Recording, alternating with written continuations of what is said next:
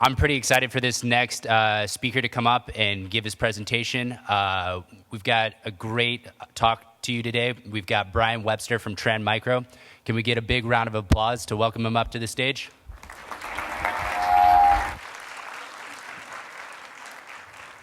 Thank you, sir.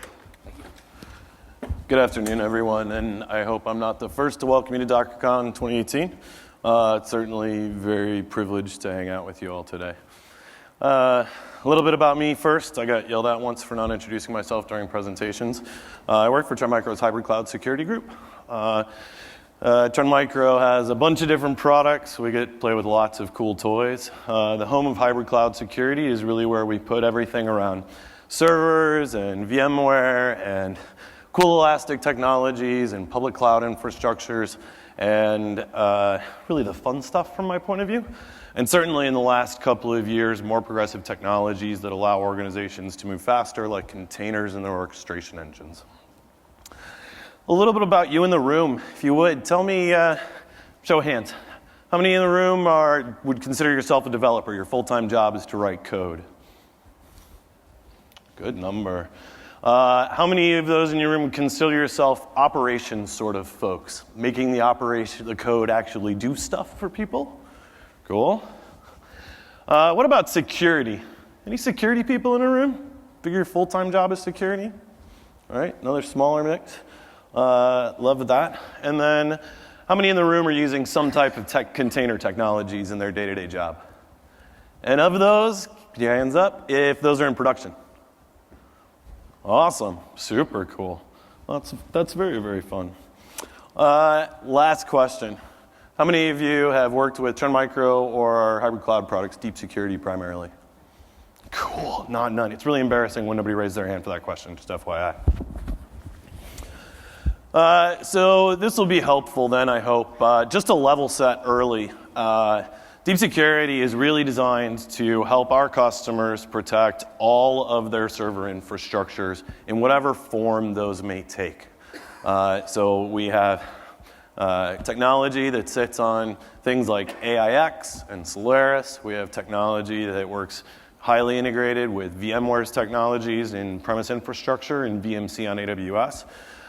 We have technologies that work with public cloud infrastructures, highly integrated to support the way that your organizations deploy code, manage their infrastructure, and then technologies like Docker and Kubernetes as well. A little bit about what we're actually doing there. So you might have guessed in the hybrid cloud security group, we do a bunch of security things. So we have a ton of technologies that some folks in our marketing department would love for me to list for you ad nauseum, but at the end of the day, we provide technologies that look for malicious content in network streams or in packets, in file content on a machine, and we look for indications of compromise on a server infrastructure.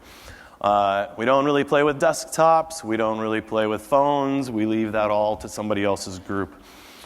And what's really great about working in this organization for me is that we get to play with all of the coolest technologies. Windows 7, Windows 10, Windows XP, there's a start button and you get to click some stuff and you get to install some applications, and that all sounds really, really, really boring. Moving through server infrastructure trends and watching as organizations change the way that they move, change the way they deploy technologies, and change the speed at which they're able to deliver value to their customers, that's incredible. And that's a ton of fun, not least of which because I get to go play with all of those cool toys, hopefully as fast as you all are playing with those cool new toys. The other thing that's really fun about working the hybrid cloud security group is that we really see security as being a piece of technology that must fit into your infrastructure and fit into the way that you do business.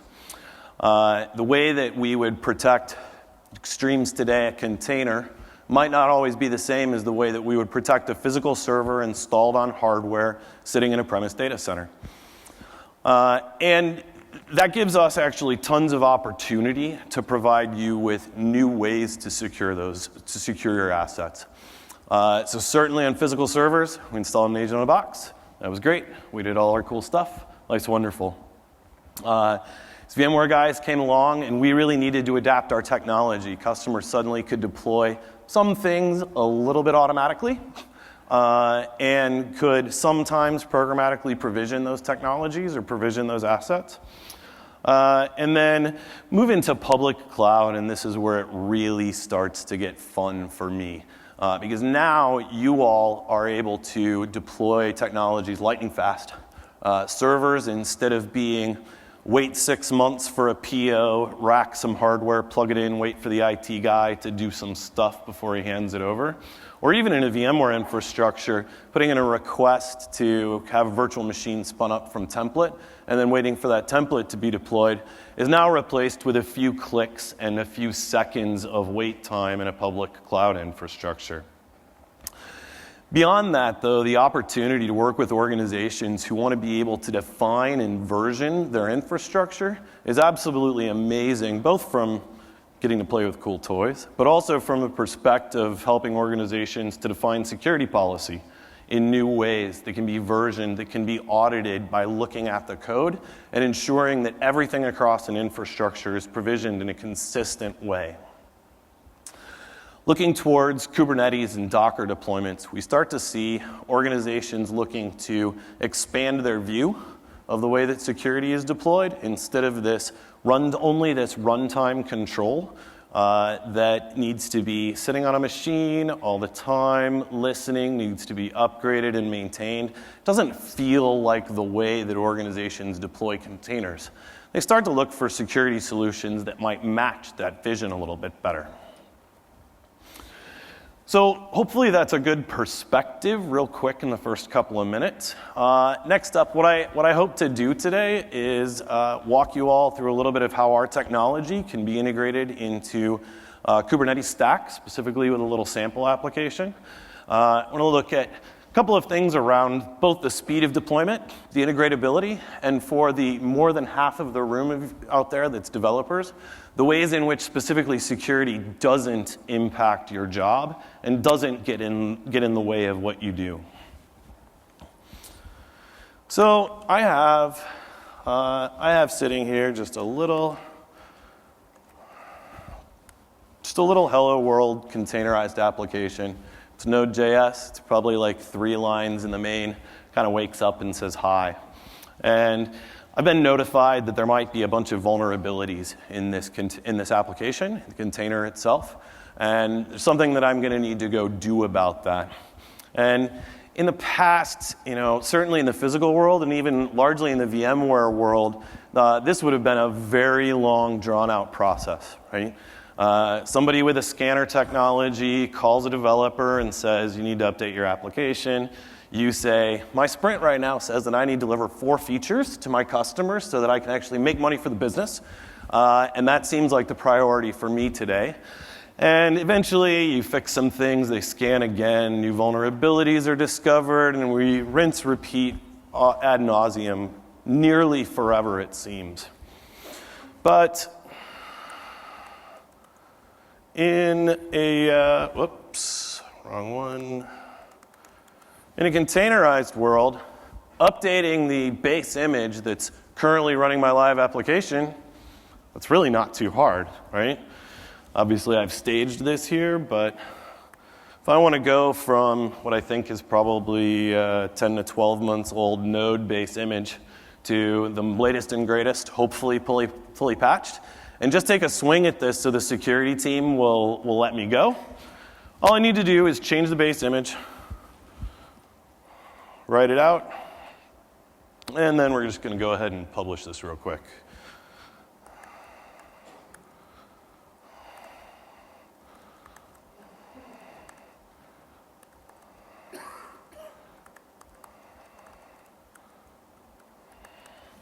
Also, hopefully the Wi-Fi will cooperate and you all will cut me a little slack in live demo mode here, and that the live demo mode gods will also take care of me.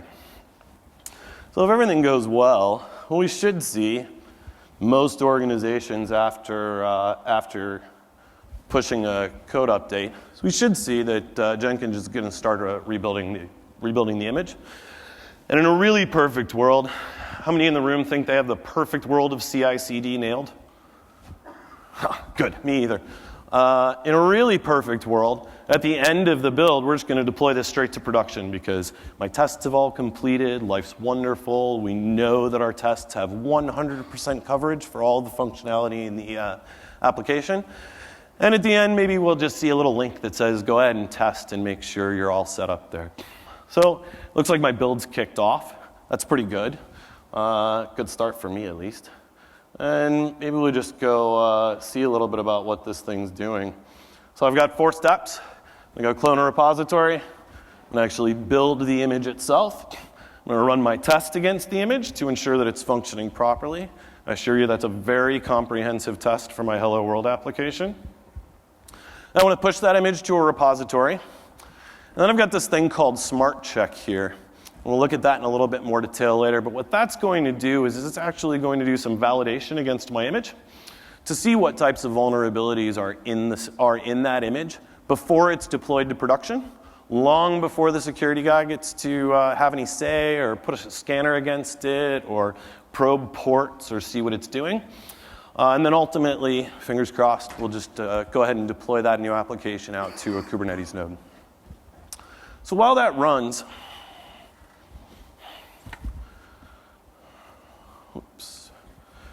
a little bit about how we got to this need to change the way that we implement security technologies.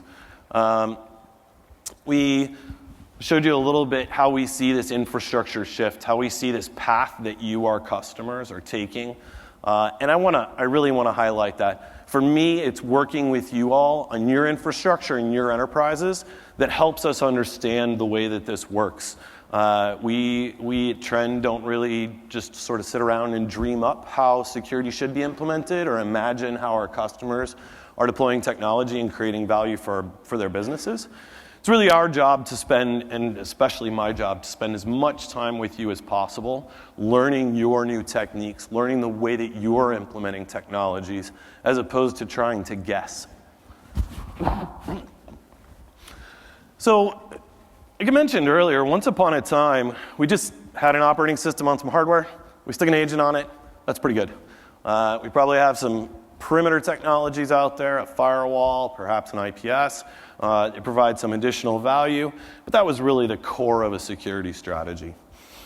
VMware came along and really set this on its head. They changed this nice little application stack up pretty dramatically for us. Number one, they essentially took away management of hardware and its security controls. Number two, they added another kernel, so the kernel inside the guest operating system itself. And number three, while they took away the base level kernel, not a lot of security products or opportunity for security products to be heavily integrated to ESXi, they also gave us an opportunity. And we spent a lot of time with organizations to understand their needs. When you start looking at high density infrastructure, shared storage, we started to understand the pain that organizations were having with especially virtual desktop infrastructures, pushing densities upwards of 100 to 1, 200 to 1, 300 to 1. It gave us an opportunity to help protect our customers by interjecting security at the base kernel and protecting virtual machines, their kernel, and then everything up the stack from outside. Super cool. Lots of fun. Public cloud infrastructure providers really turned this on its head. Now that base kernel and that hardware that somebody at your business had to manage, that's gone. That's not our problem anymore. Again, challenges and benefits. It takes away an opportunity for me to inject certain types of security, or ways for me to inject certain types of security. But at the same time, I now have a highly trusted provider who's got way more people and probably most days, most organizations, a lot more expertise securing that infrastructure than I do. And now it's something that my business doesn't need to worry about. I can offload that portion of my security tasks to the provider themselves and let them take care of that. It also created a ton of challenges in the way that security tools protect the servers themselves. So your instances in AWS, your virtual machines in Azure, or in Google Compute Cloud or Google Compute Platform, they move way faster than they used to. So I mentioned not only can you just click 3 times and have a server standing up with brand new code, but now you can do this thousands of times in minutes just by writing a few extra lines of code. You can have technologies now which automatically replace instances that aren't functioning properly. We also started to see organizations procure technology in a different way. Instead of buying a server or putting it on a 3-year lease, you can just spin one up, run it for 10 minutes, turn it off. No harm, no foul. You didn't waste a license. You don't have hardware sitting around that's not being used. No chief financial officers are coming to yell at you about the way that you've wasted their dollars. And it's been a great opportunity for us as well to be able to move through those shifts in technology with our customers and to be able to make sure that, again, we match the way that you all are deploying technologies. Docker again, hopefully why most of us are here, huge portion of the room for sure. Now really starts to take away another layer of this stack where that second kernel now really isn't part of the security concern from the application teams themselves either. Now all I need to be worried about is my operating system, the libraries that I need to take with me, and then my application code itself. My focus is again shifted up the stack.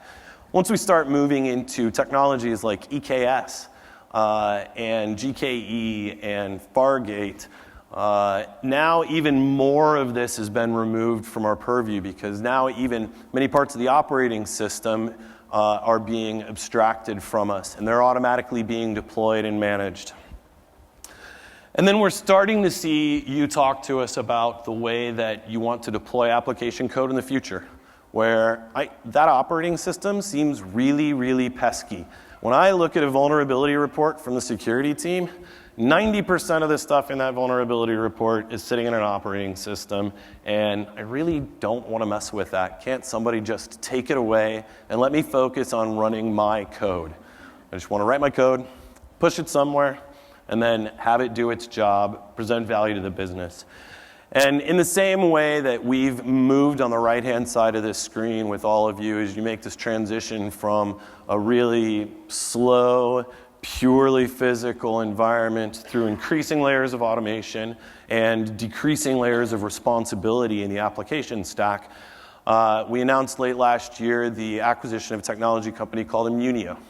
And this is security technology that's designed to be built right into your application, so that now the focus can truly be on only your code, only the way that you need to, only the place where you have your focus.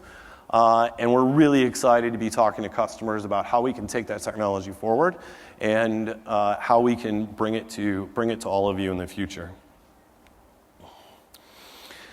So one of the outcomes here is that while we used to focus almost all of our security control on what happens while a machine's running, what happens at the perimeter, what outside-in attacks there are, what's happening while the application is running. Now, number one, some applications don't run very long. It can take a really long time to scan a machine sometimes, depending on how big it is. We started to see, I think it was a little over a year ago, I saw my first customer who had a production application, and they had an entire either container or task that would spin up for seconds, and then it would turn off. Unfortunately, I was brought to this because they were trying to understand how an agent-based technology can be provisioned, deployed, and have security policy managing it if that task is only supposed to take seconds. It didn't make sense to them. And so what we started to look at is then how do we move a vision of security risks, of threats, back further into the pipeline, earlier in the development cycle? How do we look for bad folks trying to get at GitHub, to get at the deployment pipeline, to modify a Jenkins job, especially in a world where perhaps my runtime application is completely immutable, I hope. This starts to be a really, really powerful story and seems highly likely that if I were a bad guy, that's probably where I'd go, right? And so we announced yesterday release of Deep Security Smart Check. So this technology is designed to do exactly that. Move the search for vulnerabilities and for malicious content from the runtime application, removing that agent, getting it out of your way, or working in concert with an agent to provide both runtime and protection built into the pipeline. So what we're looking at here is the capability to look at your registry, pull an image, scan its contents, and then to be able to look for those either vulnerabilities or malicious content long before you deploy to production. The coolest thing about this that I've seen is the ability to be able to give you feedback quicker. I can't tell you how many times I show up to customers and I work with a development team who says, I get it, it's broke, I need to make a change, but it's been that way for 6 months and security just told me. I don't even work on that project anymore. It's deprecated. We're probably going to retire it for the new version in super cool microservices, serverless awesomeness next month anyway. So why do I need to spend time on this? Even if I wanted to spend time on it, I don't really remember where that code is anyway or which image it's using because I've moved on since then. I have a lot to do. There's a lot on my plate to deliver value to the organization. And we really look at a huge opportunity here to get that feedback closer to those of you that are actually writing code, so closer to those of you who are developing applications for the organization. And this brings me to another huge split that we've started to see.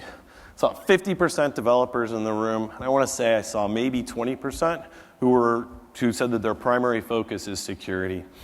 And this type of technology, while super beneficial, also shows us that split. Because if I'm going to ask a development team to integrate technology that finds vulnerabilities and malicious content into their pipeline, it's probably not something that the security person is going to be really up for helping out with. And I really need to be able to shift my focus a little bit so that I know how to work with development teams, so that I understand what your processes look like, what your procedures look like, what your day-to-day is, while also helping the security team to measure and mitigate risk for the organization. As such, Deep Security Smart Check, good news for the half of the room, built API first. The whole thing's all on API. The UI is built on top of that API. One might say that in today's release it shows because the API is a little bit more complete than maybe the UI. But out of the box, developers can add functionality and capabilities for Smart Check directly into their pipeline application to be able to discover, get feedback on, investigate and remediate vulnerabilities before they go to production, before the security team finds out about it, and hopefully while you're still on the same task, while your focus is still in the same place, and able to move through those quicker. There is a GUI though. Somebody who likes clicking things might want to come into this screen and do their own investigation. For the half of you that raise your hands as developers, do you want to spend any time investigating whether a CVE is really bad or kind of bad or nobody really cares? Not one. Awesome. And we see that in a ton of organizations. The development team, the application team, or the ops team is responsible for implementing security controls. We've got a security team somewhere that needs to actually review whether or not it's being done. And we spend a lot of time trying to help our customers bridge that gap and make sure that those teams can each have their own responsibilities and work through them. So let's go look at a build. So it looks like my application has been deployed, at least according to Jenkins. Sounds good to me. Let's go have a look at console output. Looks like I've had a load balancer. Everybody who's looking really close will see that clearly in ELB. And my test application is up, although it looks a little bit funny. Let's come back to that. Maybe a missing graphic or something. Just wanted to pause here and look at the end of my build. So what I've done in that smart check step is I've just added a stage to the Jenkins file that goes and runs our script. After uploading the image to the registry, we've pulled that, the smart check service has pulled that container down, or that image down. It's scanned the image. It's found, how'd I do? 50 high severity vulnerabilities. That's not too bad. It was 171 before we updated to the latest node image. Anybody in the room ever just pulled a random Docker image off a Docker Hub and then built an application on it? Yeah, I see a few, yeah. And I saw you laughing. It happens, for sure. 50 high vulnerabilities. But it looks like security policy for this application, they said it's fewer than the maximum number of tolerable vulnerabilities. So we're going to go ahead and let this one go to production. So back to my busted icon.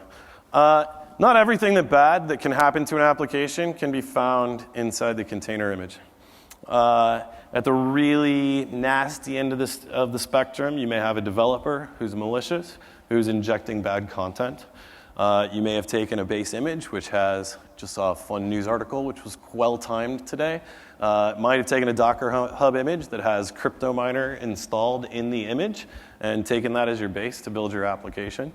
You may have some external content which you don't secure, so perhaps some static content that's shared amongst multiple applications hosted in some sort of object storage like S3. Or you may have application logic vulnerabilities, right? I know all of you are perfect, but there are people probably in the city right now who have developed applications with SQL injection vulnerabilities or with cross-site scripting vulnerabilities. And so once in a while, we might want to have some runtime protections on top of those, on top of our smart check capability. So let's have a look at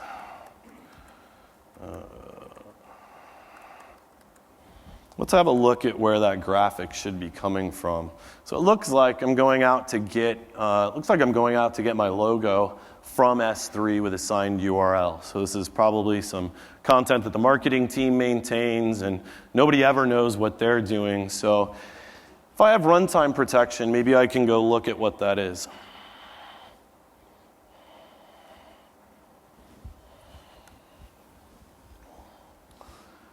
And here we go. So somewhere, that logo was replaced with a file which has malicious content. It's been delivered inside the container at runtime. No ability to see it pre-deployment.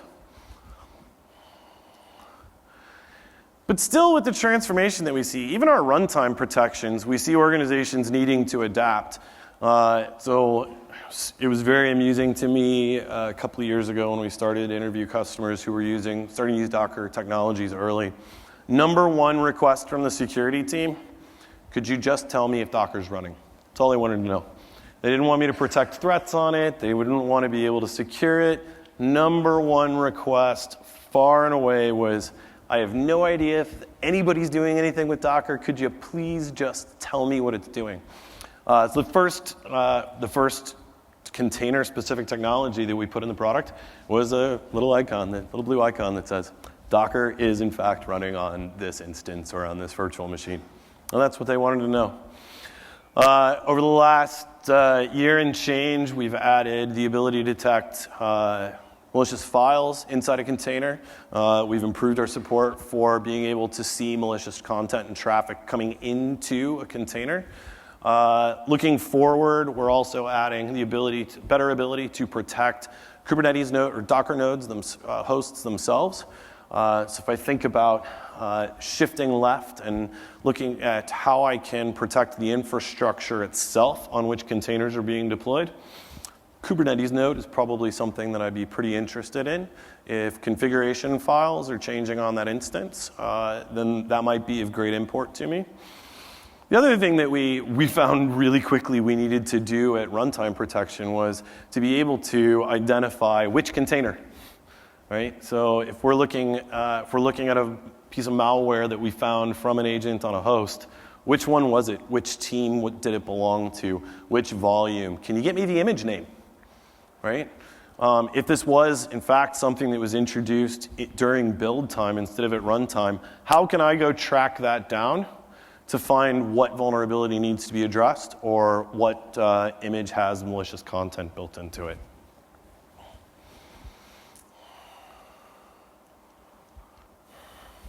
So I have a pet peeve when somebody shows me a cool technology and tells me what it does. I really kind of want to know what it looks like and how it does it. So give you a couple of slides there. Really love the way that the team built this application. I can't think of a better server architecture design for a platform designed to protect container infrastructures than one built of containers on container infrastructures. So Deep Security Smart Check is a set of containers hosted on a Kubernetes cluster deployed with Helm. Got a chart, clone the GitHub repo, Helm, install, some options, and off you go. It's up and running. It's super cool. I screwed up my activation code for getting it licensed the other day, and I just deleted a pod, and then it came back, and it's pretty fun to watch. It's also a type of technology with which a lot of the target customers are going to be super familiar, right? Has anybody seen an application that looks like this? Anybody? How many in the room are building applications that look like this, right? And is a lot of fun for me, again, because I get to play with cool new technologies. So what we're doing then is we're trying to get in the middle of that write code, build something, watch it get pushed, so that we can add this technology at the end. And then we're looking at how do we get feedback to you. So in the previous example, my example, we'll go back to this. As a developer, you know how many high severity vulnerabilities were found in the image. You know that you were within your policy, what was allowed, and at least as importantly, for the one person that smiled a little bit and was sort of interested in security as a developer, these are the URLs at the Smart Check service that you can use to go back and look at all of the vulnerabilities that were found per layer in your image with CVE IDs. So you can go look them up and figure out low, doesn't matter. Not a remote vulnerability, I'm going to put it on the bottom of the list. High vulnerability in my application. Oh, and by the way, there's a newer version of this library available for you, and here's the version in which it's patched. That makes sense to me. I can deal with that. It's a lot better than somebody telling me that my running application was found to have something wrong with it, and I need to go make a fix, right? For the other side of the coin,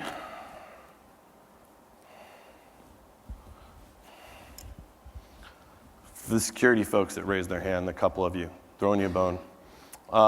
We can go look at the image that was scanned. We can see the wrench for CVE IDs that need to be, that have been up. There is an updated version of the library or the software available.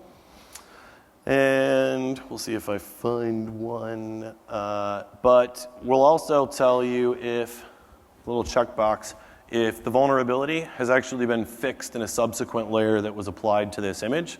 So you don't need to worry about that one either.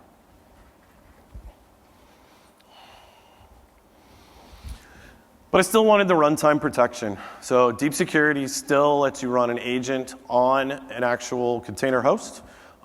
We see north-south network traffic. We see file read-write access. And then we also enable you to protect the host that's running itself, its services, users, look for attempts to exploit vulnerabilities in the host operating system, because somebody probably should still look at that thing. And we really look at these as being complementary technologies. In either case, did anybody see where the developer had to be worried about running a security tool? It had probably one little bit. I'll even see if I can go find it super quick.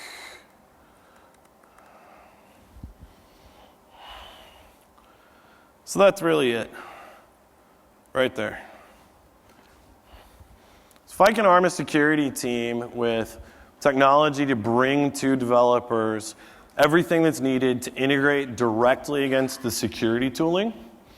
And all you've got to do is add one stage to it. All I've got to do is add one stage to a Jenkins file in order to be able to integrate with that system, offer the developer real-time feedback against what's happening from a security context inside their application, and give security team the ability to view and manage risk.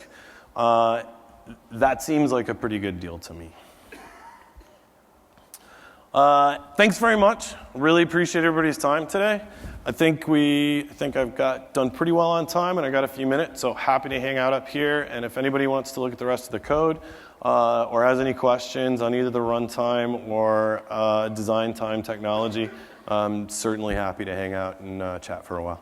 Thanks.